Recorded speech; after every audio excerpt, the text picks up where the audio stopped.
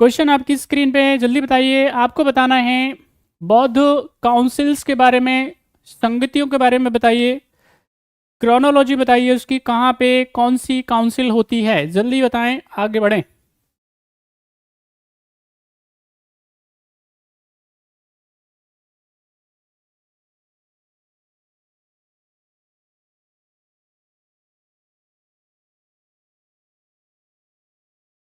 देखिए, आपको इसके डिटेल जानकारी होनी चाहिए। केवल और केवल यहाँ से इतने से काम नहीं चलेगा, आपको खूब डिटेल में जानकारी होनी चाहिए। जैसे एग्जाम्पल के तौर पे मैं बताऊं आपको, जैसे फर्स्ट जो बुद्ध काउंसिल है वो कहाँ होती है, बात समझ में आई। अब कहाँ होती है, इसका जवाब तो हो गया भाई राजा गृह। राजा गृह क्या हो गया, ठीक है, गृही राज ब्रज या राजा गृह क्या हो गया, ये तो स्थान हो गया, जगह होगी। ईयर पता होना चाहिए आपको, कौन से ईयर में होती है, तो याद रखना है आपको 483 BCE, यानी बिफोर आपको बताना है क्या, ईसा के जन्म से 483 साल पहले 483 BCE में क्या होती है, ये आपको याद रखना है, ये काउंसिल होती है। अब इसमें आपको याद रखना है इस समय पे राजा कौन होता है। तो आप सारे बच्चों को ये पता होना चाहिए कि इस टाइम पे राजा कौन होता है। किसी को पता है क्या? सभी को पता होना चाहिए। चंद्रगुप्त मौर्य का बेटा, क्या नाम है उसका, कमेंट करके बताओ। सारे बच्चे कमेंट करके बताओ, चंद्रगुप्त मौर्य के बेटे का नाम क्या था। वो उस पे उस समय क्या होता है, राजा होता है। यहाँ पे जब हम बात करेंगे तो उस समय पे इसकी अध्यक्षता किसके द्वारा की जाती है, कौन चेयर करता है, इसको याद होना चाहिए आपको। इस तरह से सवाल पूछेगा एग्जामिनर, और अगर वो आपको नहीं पता है तो आप फंस जाएंगे। बात समझ में आई। सवाल पूछेगा अशोक के समय पे कौन सी संगति होती है, तो याद रखना है पाटलिपुत्र में, पटना में तीसरी संगति होती है अशोक के समय पे। मोगली पुत्र तिस जो होता है वो उस टाइम पे क्या होता है, इसका चेयरमैन होता है, अध्यक्षता करता है। कब होती है ये, 250 BCE में, समझ में आ रही है। वैशाली जो है कब होती है, इसके 100 साल बाद। यहाँ पे सिर्फ 100 साल कम कर दो इसमें से, और इधर लेकर के आ जाओ कितना, 383। तो यहाँ पे काला शोक के समय पे क्या होती है, ये बौद्ध संगीति होती है। अंतिम कब होती है, अंतिम होती है जम्मू कश्मीर के कुंडल वन में। और जम्मू कश्मीर के जब कुंडल वन में होती है तो कौन होता है इधर, शासक कौन होता है, कमेंट करके बताइए। 72 BC की बात है, सारे बच्चे कमेंट करके बताइए कौन होता है शासक, और कौन अध्यक्षता करता है। वसुमित्र अध्यक्षता करता है। शासक कौन होता है, कमेंट करके बताओ।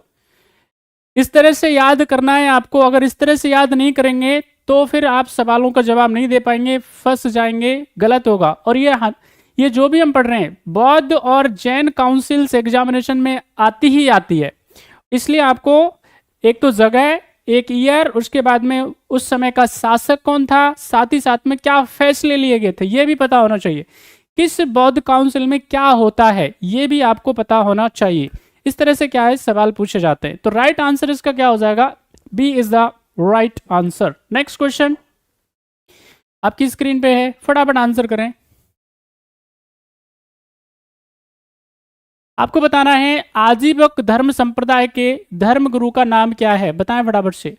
अजीत केस कंबलिन, पूरन कश्यप, सुदास और मखली घोषाल, जल्दी बताइए क्या है सही आंसर। बहुत बढ़िया भाई अंजलि। कनिष्क का ये क्वेश्चन मार्क क्यों है, Kanishka is the right answer.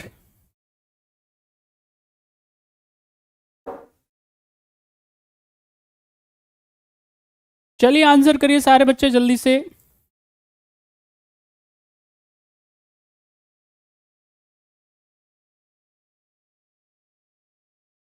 सभी लाडले आंसर करो भैया, बैठे मत रहो, आंसर करो। कौन कौन बैठा हुआ है,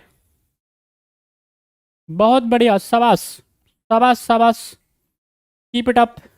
करो भाई, आंसर करो जल्दी से। क्वेश्चन आपकी स्क्रीन पे है।